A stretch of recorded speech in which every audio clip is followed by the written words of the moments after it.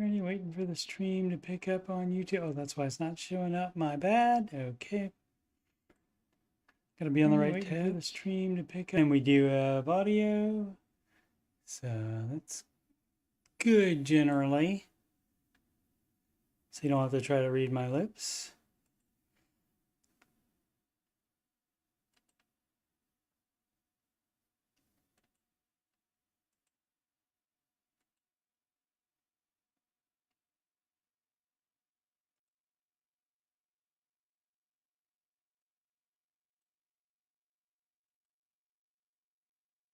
Alrighty, live from, where are we at? Cabot, Arkansas still, for some reason. And it is Sunday afternoon. Welcome to Answering Your Financial Questions. This is episode number 105, so there's 104 other ones. And if you are interested in my other financial content, youtube.com/coachstevemoney. You scroll down. The past live streams will mostly be financial stuff, but there's an Answering Your Financial Questions playlist and a music playlist that has 9, soon to be 11 Ramsey adjacent songs in there, including You Belong Debt Free, You Belong Debt Free. And the Ramsey Show After Show, there are 377 of those, and the next one will be the Teens Week of July 15th through the 19th on one of those days. I don't know which day. Yeah, probably the Tuesday, Wednesday, or Thursday. All right, let's get into questions.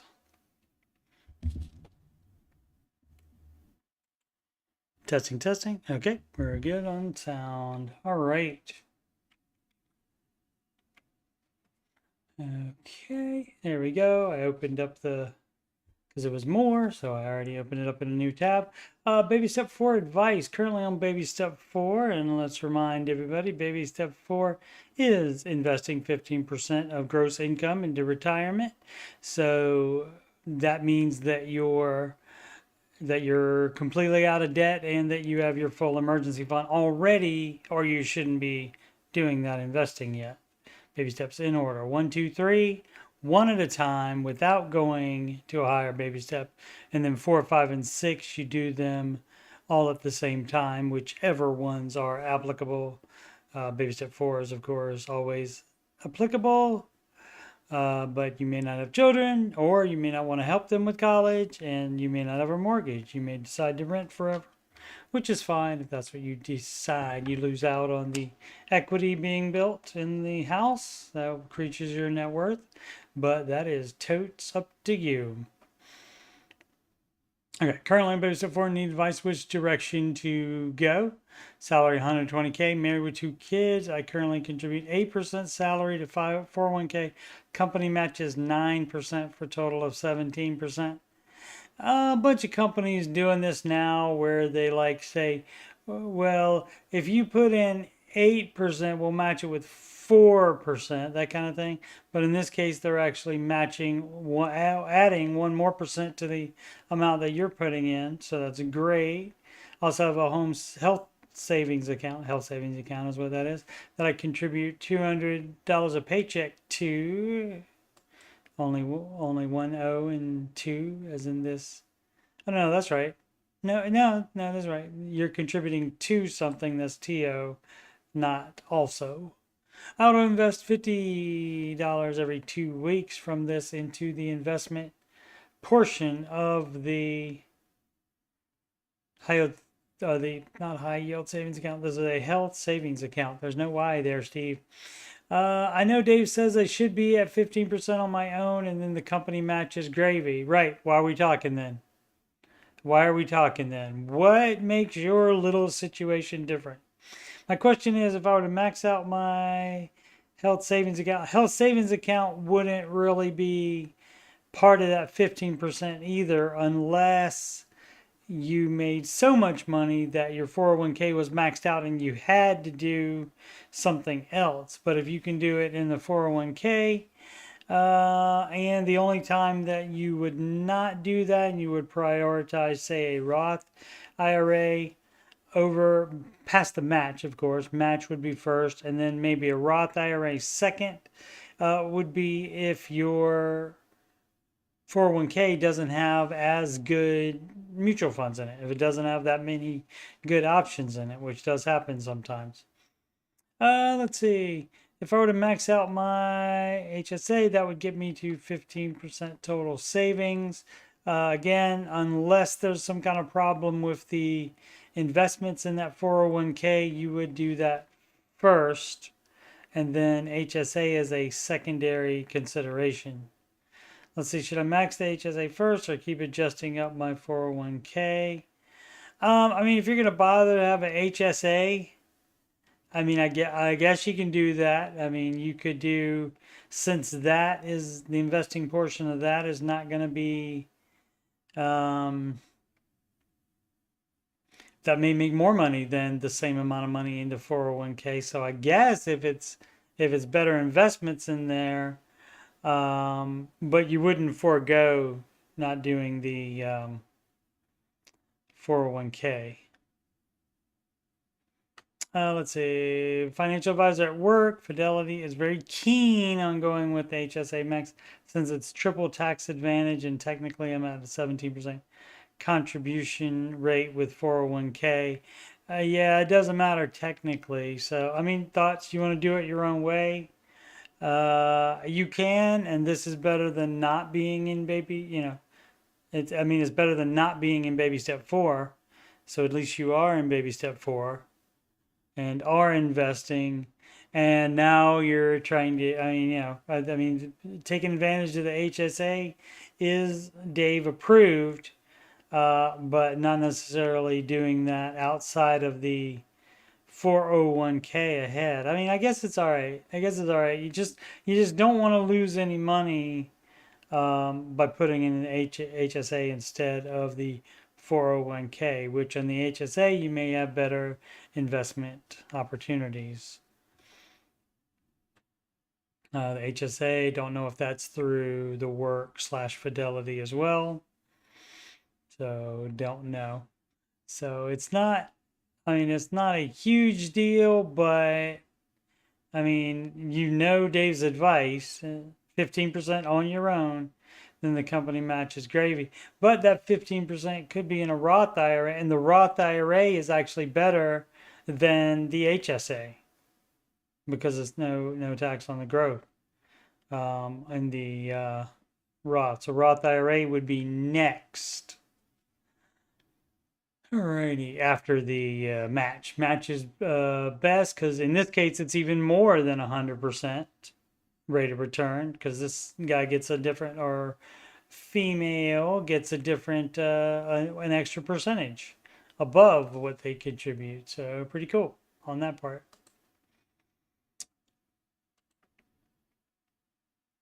Historical close, 65 debt is done, cash king, pump up credit cards elsewhere. Did you even read my post? Bashing there, THEIR, hashtag third grade. Erroneous accounting practices. If anything, my post probably drove people further away, not towards. Oh, the person must have done a post about, which I didn't see, a post about another person's post or some advertisement that where somebody was talking about how good a credit card is or something like that. So I don't know what that is all about. Blame me, I did it. Okay, I will. The term millionaire, I don't know why it's in quotes. It doesn't need to be in quotes because it has a meaning. Unless the Biden administration wants to change the meaning, the definition of that, like they did recession, so they wouldn't have to be in one as early as we were in one, but we were in one. Let's see. I noticed that Dave uses this term a lot to describe financial behavior. We studied over 10,000 millionaires, right? And millionaires just don't think that way, and so on. I get a little cringed. It doesn't matter if you get cringed. I mean, people online are nutty, man. They're always like, cringe. That's cringe. Oh, I get cringed. or they do the SMH for shaking my head. Nobody cares if you're shaking your head. Who cares? Who cares? You don't matter. I get a little cringe when I hear him use this term as though it carries some kind of weight. I mean, it's a good barometer. If you are a millionaire, you're a lot better off than somebody that's not a millionaire. But in 2024, is this really a weighty term? Yes, it is, because not that many people are millionaires. So, I mean, people also want to criticize Dave and the Ramsey show. They think they know how to run the show better, and so forth. And then, but I mean, this is the Ramsey stuff. It's his advice. It's the terms that he uses. The show is how he wants it run. He's the owner, and so that is that. You can have your little opinion about it, but who cares? I mean, when I was growing up in 70, 80, it meant something. It still does. People still have a hard time getting to that mark. And so why wouldn't it be something to aspire to? Stupid. But now, heck, I am very close to being a net worth millionaire. Well, great. But now the thing is to get rid of your stupid debt. If you have any debt, that is taking away from that money that you have. Let's say I don't live my life like a wealthy person. It seems that Dave is trying to assert. Let's put all the letters in there. If you're going to be critical of something, I'll be critical of your grammar. Again, hashtag third grade. As is trying to assert by using the term. Is the term outdated, or am I just overthinking it? You're overthinking it. And you're thinking, your opinion about something matters more than it does. But there's still not, there's more millionaires now. But that's still a hefty goal to get to. And the fact that you got there, great. But if you're not doing Dave's advice and not having anything subtracting from your net worth, you're doing it wrong. And that is my opinion. That one we already did. It's an ad. But I answered it anyway. I did this one already. This one, they must have switched orders. Sometimes it changes order from one day to the next. I think I did the pristine tension 8399. 48 with a stay-at-home wife. Yeah, we did that one. What do you think of my changes 74? I think I did that one too. No switch 31.99. Okay. There's no such thing as a debt card unless you want to call your credit card debt, because that is what it is. Do you mean a debit card, which takes the money out of your checking account? Oh, right there they did debit. Okay. Has anyone here experienced debit card fraud? If so, are you afraid to use one now in place of credit card? If it has the MasterCard or Visa logo on it, you get the same protections. So shut up. Everybody says that's a reason to have a credit card instead, because you don't get the same protections. You do if your debit card has a MasterCard or Visa logo on it. So quit being dumb. Only on baby step one. A newbie said, please don't come at me. I came at you. I know Dave talks about having a debit card instead of a credit card. Right. There's two different things, completely different things. One, you are taking out debt to buy what you think you need right now. And the debit card comes out of your checking account, out of money you already have.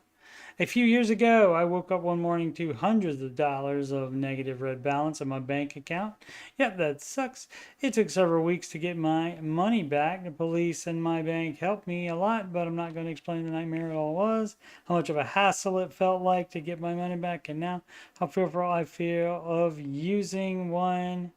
Basically, again, get your checking account at a bank that gives a debit card that has a Visa or MasterCard logo on it.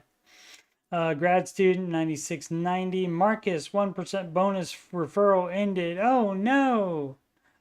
What's the next best high yield savings account? You can go to, what's the name of it? What is the name of that? Bankrate.com, and you can check the highest high yield saving account. You got to read the fine print though to see, like, what some of them require high deposit amounts.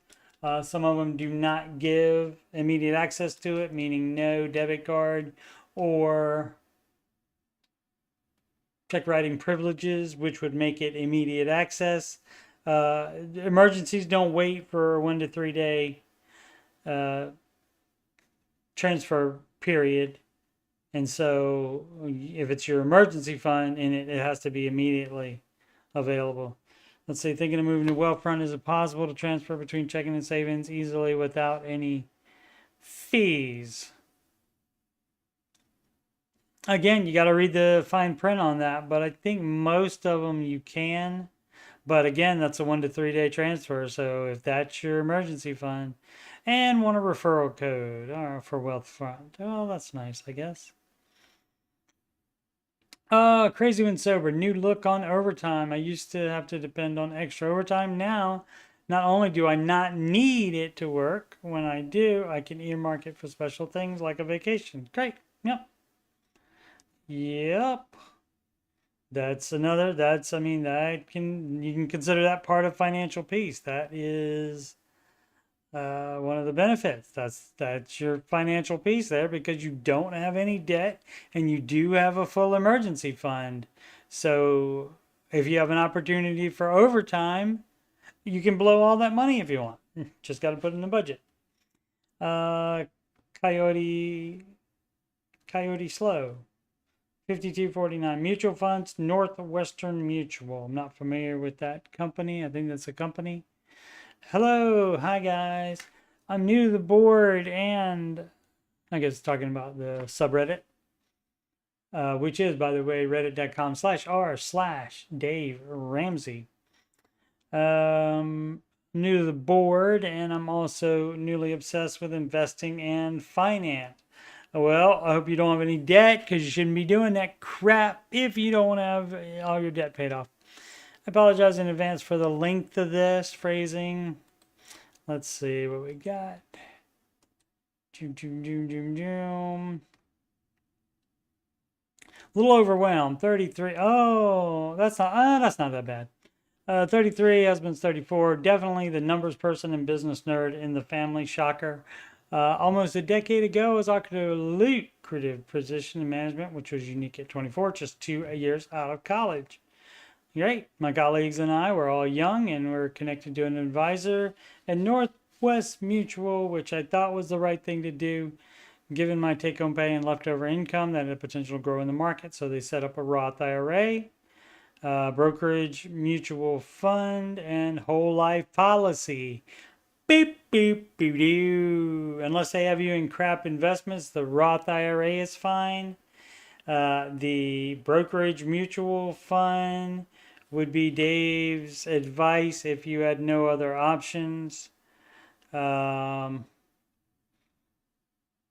get to the 15%, but you need to pay off the house and start addressing kids' college before you invest more than the 15%. Let's see. The whole life, though, crap. That's crap. Went down the Dave Ramsey rabbit hole and learned now how completely scammed I was in buying a whole life insurance policy from them, right? And so how you get out of it is first, so you don't dump it until you get term life policy first. So get the cheaper, much cheaper term life policy first. And then you dump it, you cash it out. And all the money you lost, if any, that's stupid tax. Looking back, it was insane, but I thought I was being responsible. Yeah, I mean, if you don't know anything about it, you don't know anything about it. And your workplace provides this guy, and he's handling the, and as far as I know, the Roth IRA and the brokerage fund were fine, as long as it's not putting you over investing more than 15% if you still have a mortgage. But so it's only the whole life policy, and they love to do that because they get more money from the whole life policy. So they make more money if you buy that, even though it's a crappy way to do investing and have life insurance. So and the reason is because if you got term insurance for the same death benefit and then invested the difference that the cheaper term life costs, you would make way more money than in that whole life policy. And then also, if you die, the whole life policy pays out your death benefit, but they keep the investment part. And so you don't get to leave it to your heirs. So that's why it's ridiculous. And they should all understand it, but they don't care. They're bad people. But I thought I was being responsible, trying to make most of my income that was well above the cost of living standard. Makes me want to puke thinking how much I threw into that policy. I've since canceled it, and my husband's okay. Again, hope you got, if not term life in place first, hopefully you did it right after. Now, let's see, I still have a Roth IRA for myself and husband and a brokerage account that we have funded for a long time and has helped us live debt-free and pay for home improvements. Okay. Thought the big red flag thing they tried to con me into was the life insurance. But now I've learned their fees are normally ridiculous for these other accounts. Okay, that could be it as well. So, yep, you got to compare those things. I forget the exact return, but I just had an annual meeting with them, and our average rate of return on all accounts was north of 7.5. That said, I'm meticulous about things. I don't want to let this go if it's losing us money. It depends on what it is you're investing in those accounts and how long you have been. So, I mean, what you can do is compare it to the S&P 500 over that particular amount of time. Now, if that should be for the S&P, it should be about an average of 9%. Again, it's gonna, average of 10% is gonna depend on what date we're starting from and how much money, et cetera, as far as the rate of return. And so that's what you would want to compare it to. And so if this is 7.5 and you said it's north of, so maybe it's a little bit more than that, but we'll just go with 7.5, and the S&P 500 is 10%, so then they're charging you 2.5% for all of their, for whatever they do for you. I don't know if I trust that. They're telling me that, but our rate of return was really 6 minus the actual fees. You would be able to, if you look at the paperwork, you'd be able to see what it's invested in and what that investment actually made. And then you can figure out the fees. And they should have the fees listed separately. If they don't, ask for an accounting of the fees. We got 2 little ones and are hopefully going to stay the course we're on and be banking an additional $30K per year once they're in school, out of daycare. I want to make sure we are investing in that Razer. How do I find out what the fees are? Dumb, I know, I have no idea. You call them up and ask. You get a fee schedule or a list of fees that you have been charged, or an accounting statement of your accounts with them so that you can see when fees are assessed. Let's see, if I move our retirement accounts and the brokerage accounts to say Fidelity or Vanguard, how do I decide what investments to go with? Well, again, that's why you would check the investments that are in those particular accounts. Because if those are making 10 or more, they would be fine to invest in the same one. Otherwise, if you are making lower than S&P value, average per year, then that's when you go with Dave's advice to do managed mutual funds, and you either pay a different guy to do that, perhaps try a SmartVestor Pro. They've been vetted by Dave and by Dave's crew there, and hopefully some do, unfortunately, fall off the reservation after they get vetted and start doing stuff like recommending whole life and such, or start doing just target date funds or some stuff like that. And so, but you either have to pay somebody since you don't know about it, or you have to learn all about this. If you're a numbers person, you can probably handle it. I have no idea what mutual funds he said, but I want to learn. Yeah, and so everything you need to know, fortunately, we have a thing called the internet, And everything you need to know about every single mutual fund is on the internet. I do know the 4 types of mutual fund Dave Ramsey rattles off, but beyond that, I'm lost. And even that you can get confused on, because he says uh, growth, growth and income, aggressive growth, and international. And almost nobody calls it that anymore. It's referred to now as small cap, which is the aggressive growth. I think I think growth is mid cap. That might be growth and income, and the growth might be the large cap. But it's small, mid, and large cap, and international are the 4. So that should help with that part. But that is easy to get confused about, because he uses those, that term. Those terms may have been the thing to call them back in the day, but then somebody made up new names for it, or the presidential administration changed the definition of it at the same time. Stuff like that will happen. But yeah, you can, if you're a numbers person, you should be able to figure it out.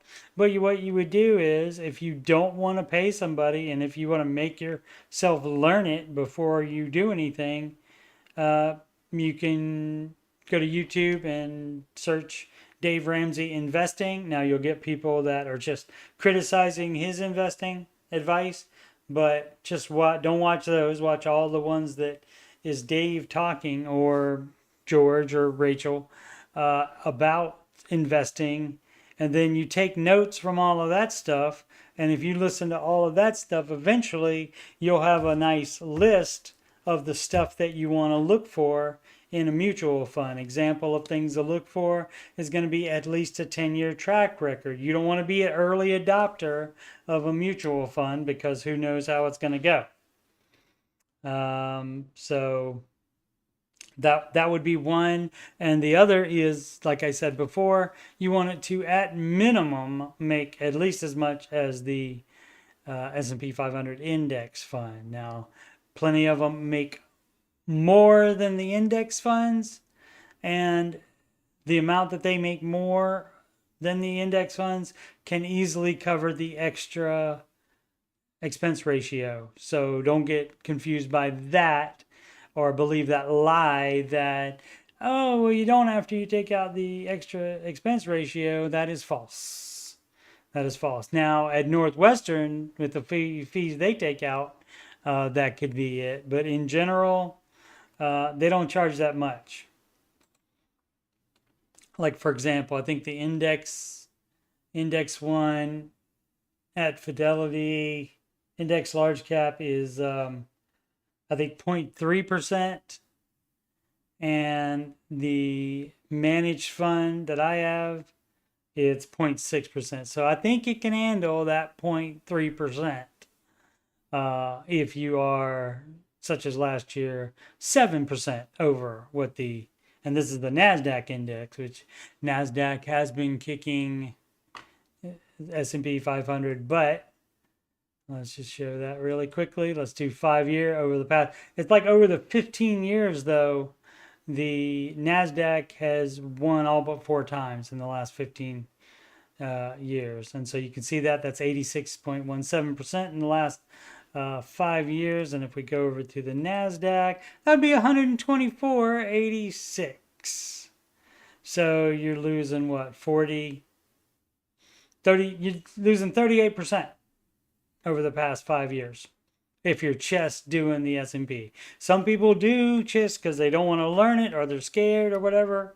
And some people do just dump all of it in the S&P 500 index fund and just set it on automatic and don't think about it ever again.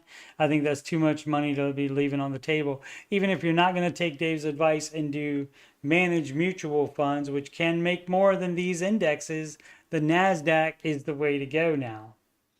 And so, I mean, at least do 50-50. Come on. Don't leave money on the table like that. Alrighty. Little beverage. Housing question. Never sleep. 6525. episode again brought to you by Crinkly Water Bottle. Glad to have them back as a sponsor. I don't have sponsors. It's just a joke. Use promo code CSM. Housing Quest. Has anyone considered buying half an acre to an acre of land and having a pre-built tiny home or cabin put down on it as a solution to this housing market? I'm sure they have. Not advised by Dave. Dave is not a fan of the tiny house. I'm asking because the mortgage costs to rent are just out of control, and we could buy the land, and even if we finance the house for cabin, I guess, would be done. It would be done in 10 years or less if we don't also have the money to pay cash for one by then. Yeah, Dave's not going to suggest that. And everybody wants to buy land and build, and that ends up normally costing way more than estimated. And so good luck to you if you're going to do that. I understand it. You want to do homesteading. You want to own a piece of land. You want to pick out your piece of land and say, that's my land. So, I mean, I see the point of that, but I mean, why can't you buy? I mean, you can buy if you own a new house, you can buy a new house built by somebody else, and then you own the land on that as well.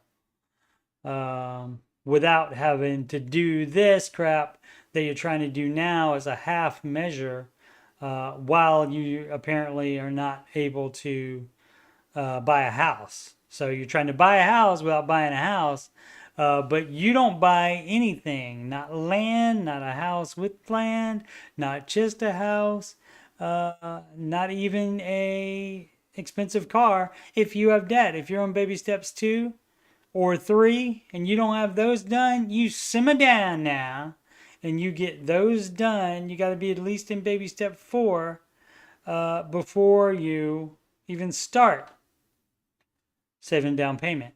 Now you can decide how much balance between step 4 and step 3B, which is saving the down payment. You can decide that, and it can be 0 in the in investing.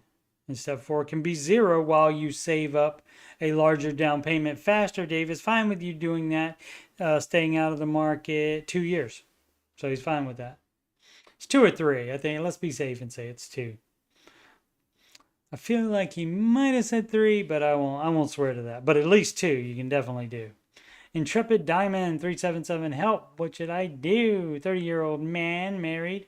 Wife bouncing around jobs the last 2 years, but just got something consistent to push our household income to about $93K a year. Okay, it's a brand new job. She might not like it.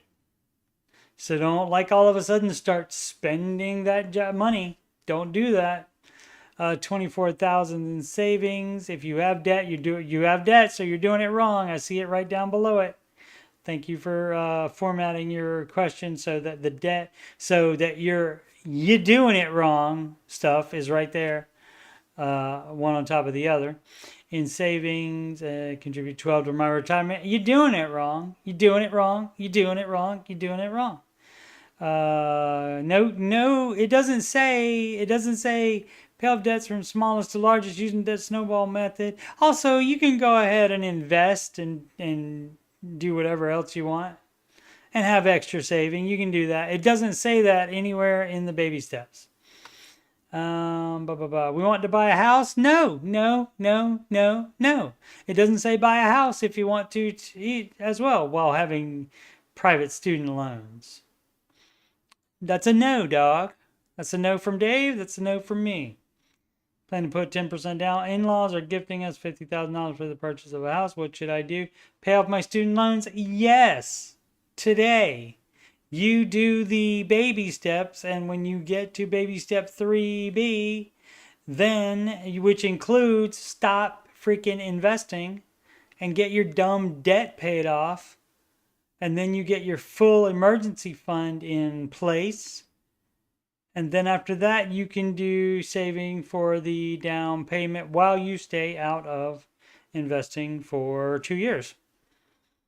That will allow you to save up a larger down payment faster. But no, you're doing it wrong. It's only 4 comments. Let's check it out. The newer ones have fewer comments on it normally. Let's see. Your in-laws are giving you money with a condition to purchase a house. Do not. Right. Exactly. Yeah. If it's definitely for house, even this Davish person says that. Yeah, that's true. If that's what it is, or if it's just a general gift that you can use to pay off your student loans with, or start the down payment fund, or emergency fund, you do that. You need to put at least 20% down to avoid paying private mortgage insurance. Is anybody going to mention the debt? Let's see. Not ready? Pay off your debt. Thank you, Monkey Basher. Baby step 7, Flare. Thank you. 2. Either while saving the down payment or immediately afterwards, right? And the reason that he says to do that after the down payment is because you shouldn't be doing it now while you have debt. So you do have to stop that. You're doing it wrong. People don't want to do it right usually. So, and that's one of the songs I got coming up. I have a Dave Cation song. Dave Cation certainly deserves it. Song that's actually not about him. It's about all the other personalities. And the other one is how to do the baby steps right. And it addresses all this stuff that people do. Somehow they read this and they don't understand that it's in order, not you do them all at the same time, that kind of thing. Or they think something, they don't like to, if they like the guy that was a millionaire, close to being a millionaire net worth. So even though if he gets to a millionaire net worth status and he still has debt, he's still on step 2. And people don't like that if they think, well, I'm further ahead in my finances. I shouldn't be on baby step 2. No, you have debt. That's baby step 2. Okay, so 2 questions. Baby steps related. Great. My favorite. This is from Zominex. Baby step 2.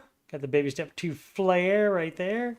I don't like talking about my flare. That's from Office Space. And paid off about 35K so far. About 60 to go. Anyways...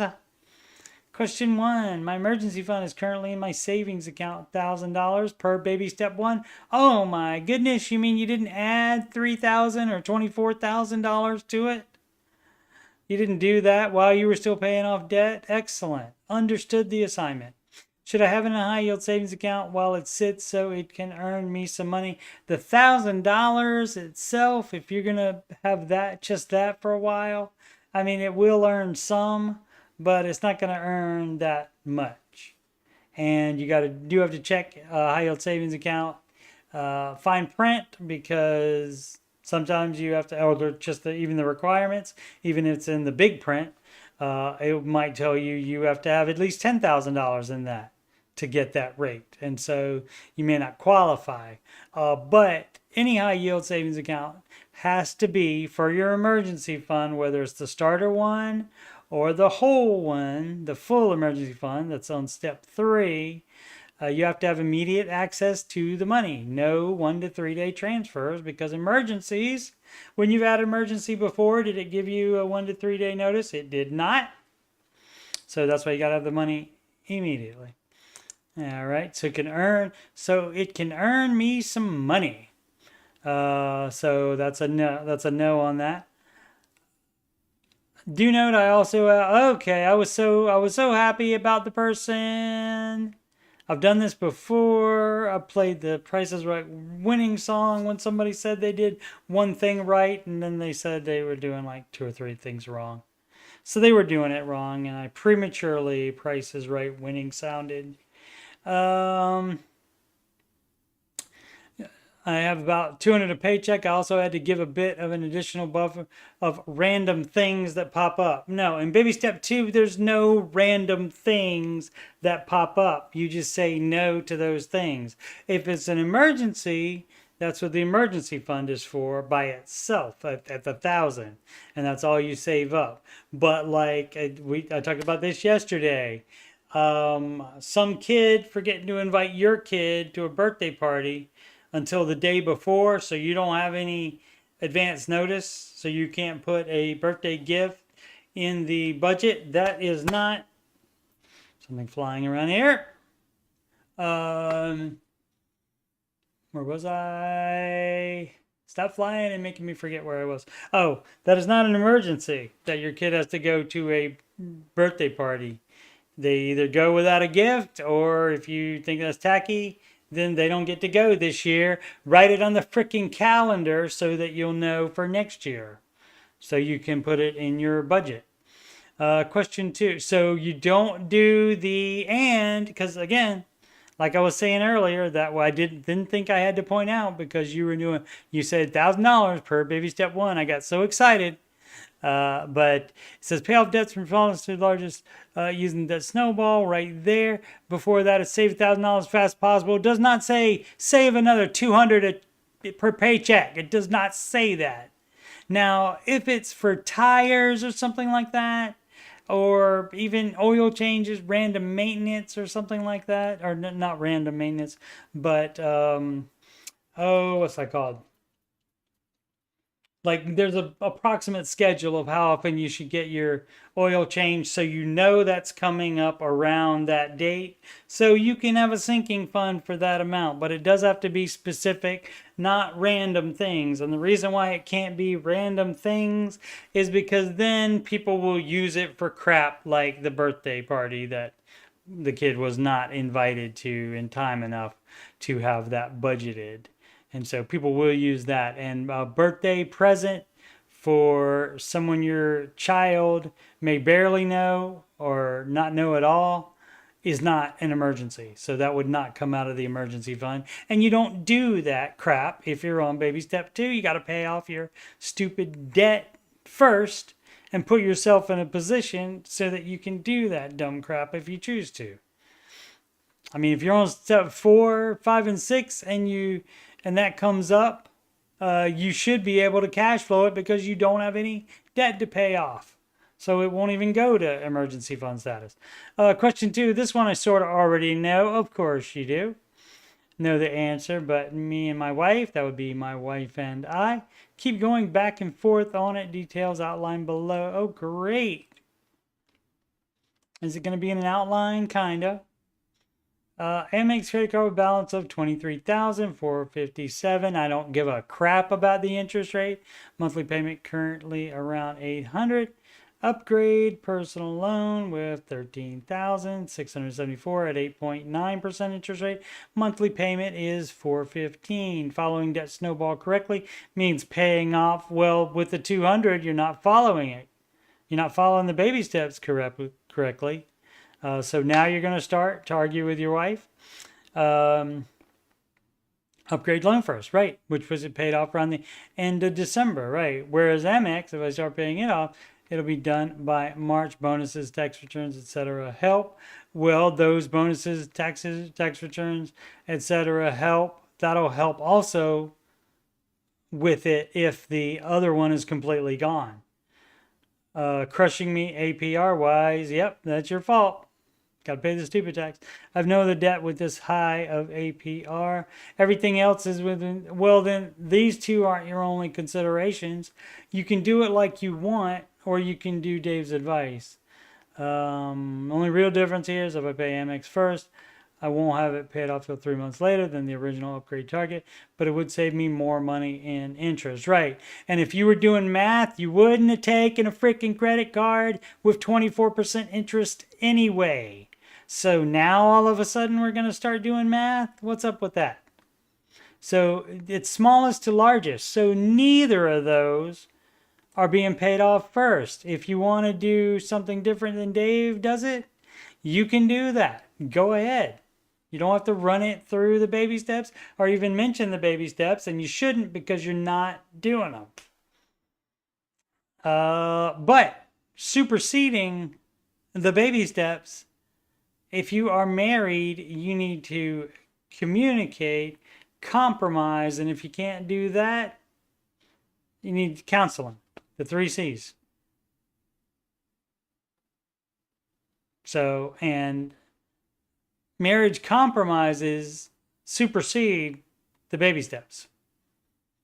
So, but then you work it out together, and you still don't have to run it by Reddit or through the baby steps either. You guys can do whatever you want to. So, but this way, proven. Your way, not so much. What has been proven is that humans tend to, with a longer time to have to pay stuff off, like this 23,000, it does not give them as much motivation as, say, if you had $1,000 on a 3% card, you paying that completely off and not having to do that minimum payment anymore. That is more motivation than the interest is demotivation. Alrighty. Let's see. 93 Park Avenue Ultra.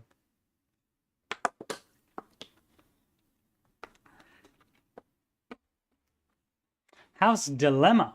Okay, bought a townhouse in my early 20s, currently 30. Have a sizable amount of equity. I make $110K a year.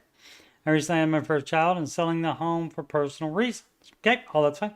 I initially thought I would net around 170K, but the market has nosedived where I am. Oh, great. Well, sorry about that. Looks like I will only net 140 to 145K. Yeah, that's better than nothing. That's better than breaking even. I signed on a quick move in new construction home for about 470K. That was dumb. So the amount with your 110K income, assuming there's no other income in the household, that would be for, let's say, 220, and then half of 110 is 55. So 275 is the mortgage that you can afford, mister. So you're doing it wrong. If this is a mister, maybe Mrs. No mention of spouse. But the new I guess construction, is nice and spacious, but is at the very top of our budget. No, it's not. It's way above your budget. You're doing it wrong. You house poor.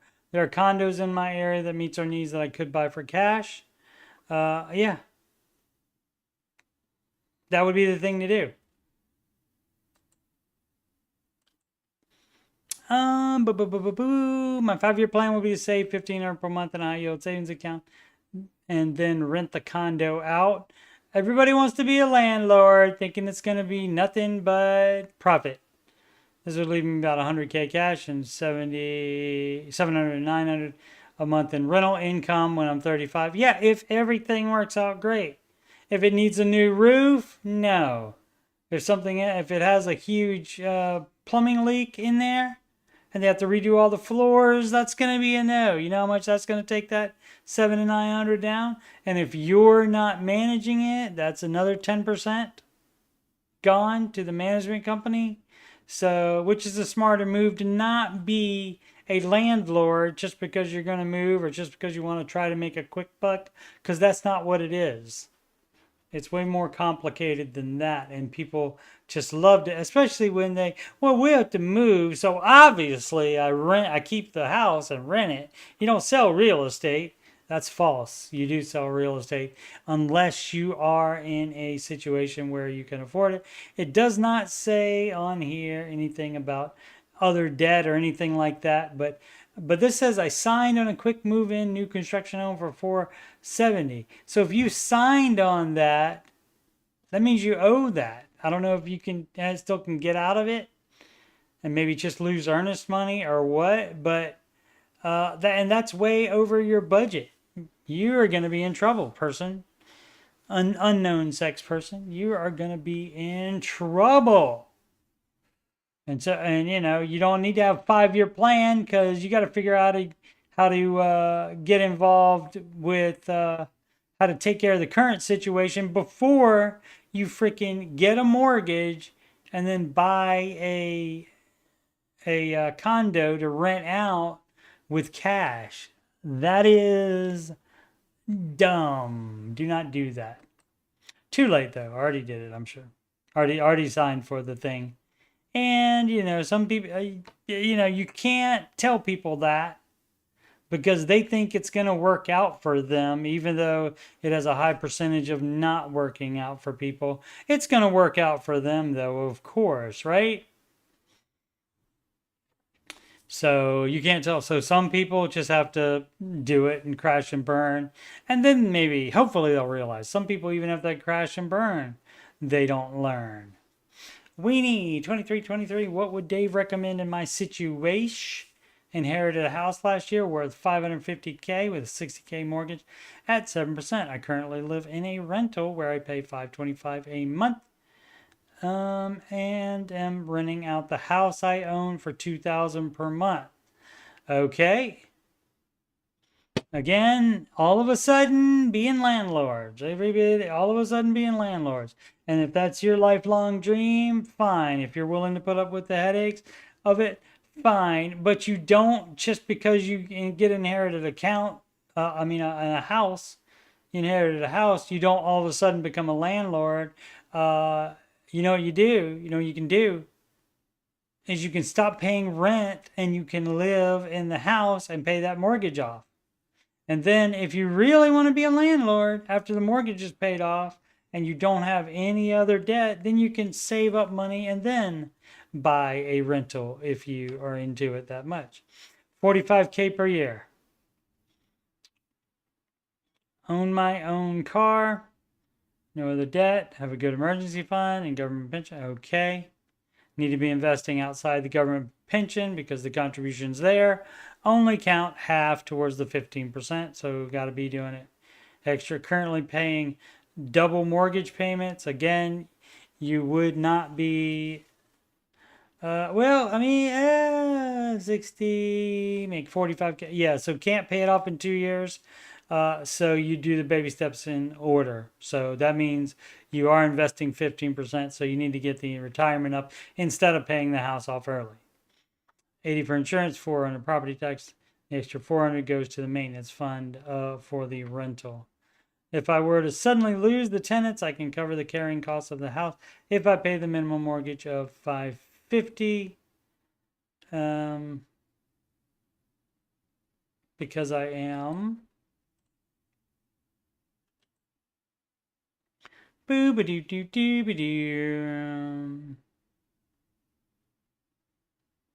very frugal and able to save $1,000 per month from my own salary. Am I crazy to not live in the house I own? I would think so. My tenants are currently paying more on the mortgage than I would be able to comfortably. I may want to move into the house I own when it is paid off. Okay, 2029. All right, that's a long time and I retire. That's a long time, and until then, you are paying $525 a month rent.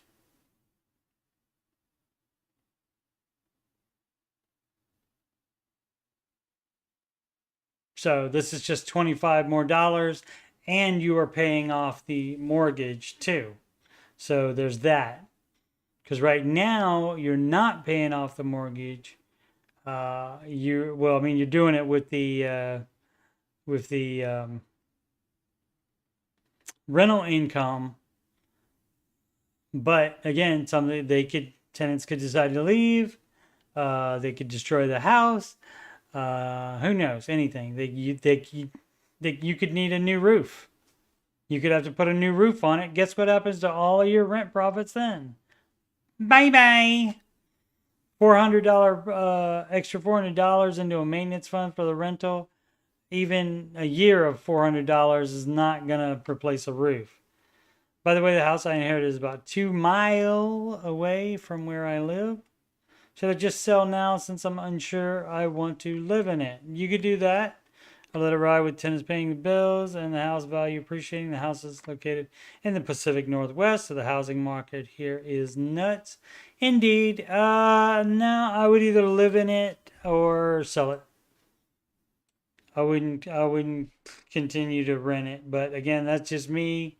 I don't want to live with that risk. I understand it's got a lot of equity in it. But I wouldn't want to live with that kind of risk. You don't know what the tenants are doing to the house. or will start to do. You never know. And you don't know when you're going to need a new roof, and then you don't have any money. Then you're worse off than living in the house and paying on the mortgage and not renting somewhere. So it's very easy to get into a situation where you are worse off by continuing to be a landlord just because you owned a house. And didn't nothing in here says, oh well, I wanted to be a landlord so long, and then finally I inherited a house, so now I can do it. Let's see. Mango pad thai. If you ask a divorce attorney if you should get a divorce, 100% of the time they say yes. That's like asking a dog if it's hungry. Indeed, as a divorce attorney. So most often, yeah, they're going to do that. And if you ask a whole life insurance salesman if you should get whole life, you think they're going to tell you no, don't do it? Let's see, there's Ramsey, the episode from July 4th, and I do remember hearing that on there. All right, last debt vehicle situation. It's like the Bonnie situation from Pulp Fiction. Twig Finder 44. Hi everyone, my wife and I, along with our 3 young children, are almost there.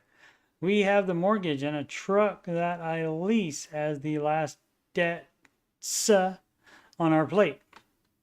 I currently pay $400 a month for a 22 Silverado, and the lease is up this December. We're trying to figure out what to do when the lease is up. My wife has a 18 Traverse that fits the entire family, that's fully paid for with almost 60k miles. My truck is a 3-year lease, 12k miles a year, but I only have like 22k miles on it. The buyout price for the truck at the end of the lease is around $29,000. You know what you could do? The best thing to do might be, you can run the numbers. Best thing to do might be to get out of it today. And let me ask you this: do you need a truck at all? Do you need 2 vehicles? Just because it's if you live in Texas or something like that, doesn't mean it's not a law that you have to have a truck. I've been looking around and literally can't find a truck for that deal with those miles. Okay, everything has over. Well, by the time of the lease, it's going to have more miles on it, so it's not a apples for apples comparison. Everything has over 50k miles and is over 30k. Dilemma is we want to be completely debt free, obviously, so we can really start saving some good cash and attacking the mortgage. Well, you would get out of that lease right now then. We have a fully funded emergency fund. Doing it wrong because you have baby step 2 debt, which is that truck. So you're doing it wrong.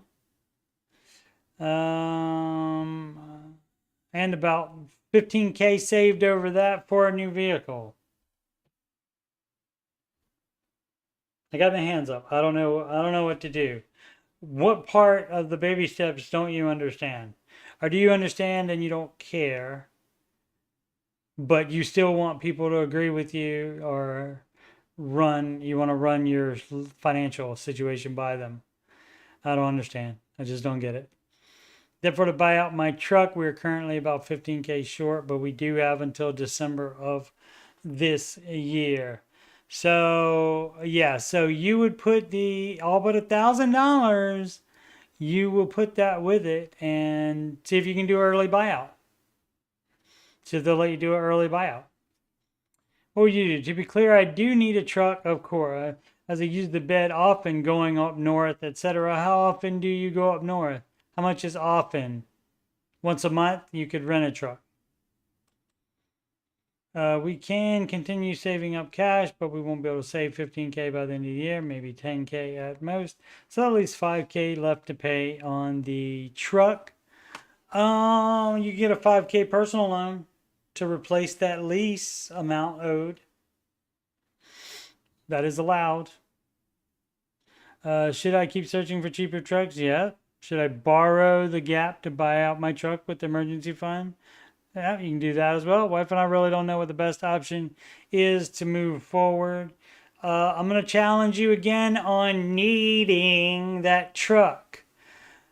So this is,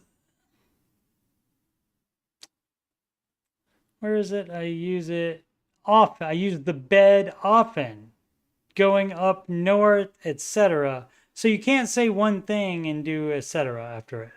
You got to say more things. So that's why I'm not buying it that you need it. You can rent a freaking pickup truck to go up north. Or you can not go up north while you have stupid debt. Instead, you could save that money going up north. So, doesn't understand the baby steps or just doesn't want to do them. I think most times for me, it's probably going to be the second one, that they just don't want to do it. They want to improve on it. They want to do it the way they want to do it. And yet they still have to engage with the Ramsey method, other people that believe in the Ramsey method. Some of the people are in this subreddit, though, specifically not believing in it, and to give the opposite advice. Sure, hopefully it's more people that believe in the advice, but you never know. Silverad 7385, baby step 2 social. Hi everyone. Hi guys. I'm going through baby step 2, and you know how tough and isolating it can be. Indeed. Just reaching out to see if there are people going through the same tunnel here in Montreal to connect with. Okay, the same tunnel. All right.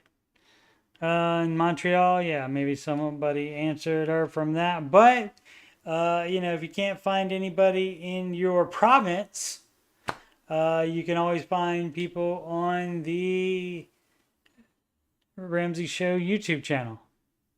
They post that thing fairly early in the morning, usually.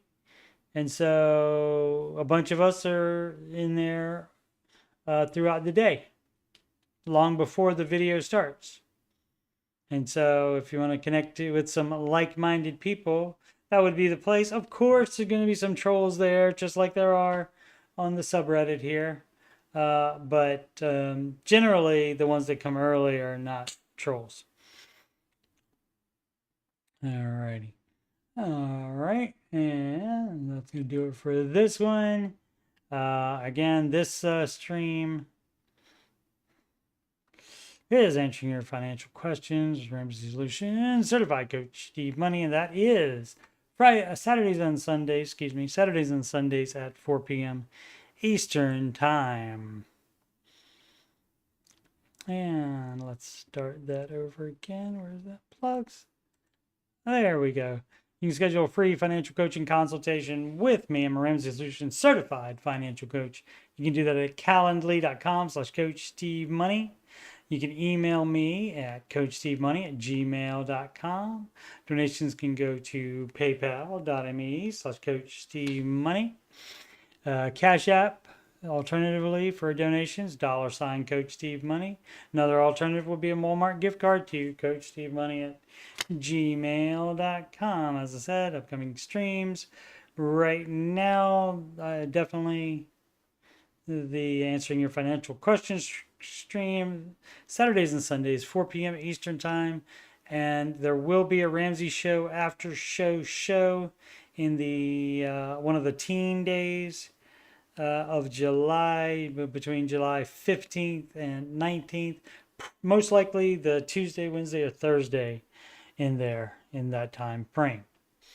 Alrighty, and that financial coaching consultation is video conference, so you can do that anywhere in the world, even the province in the Canada. Alrighty, yes, and I will tell you to your face, you're doing it wrong. I'll also still try to help you the best I can, obviously, with anything. All right. Almost said thank you for your business like I do at work. All righty. And what do we say now? Oh, we say make smart financial decisions every day.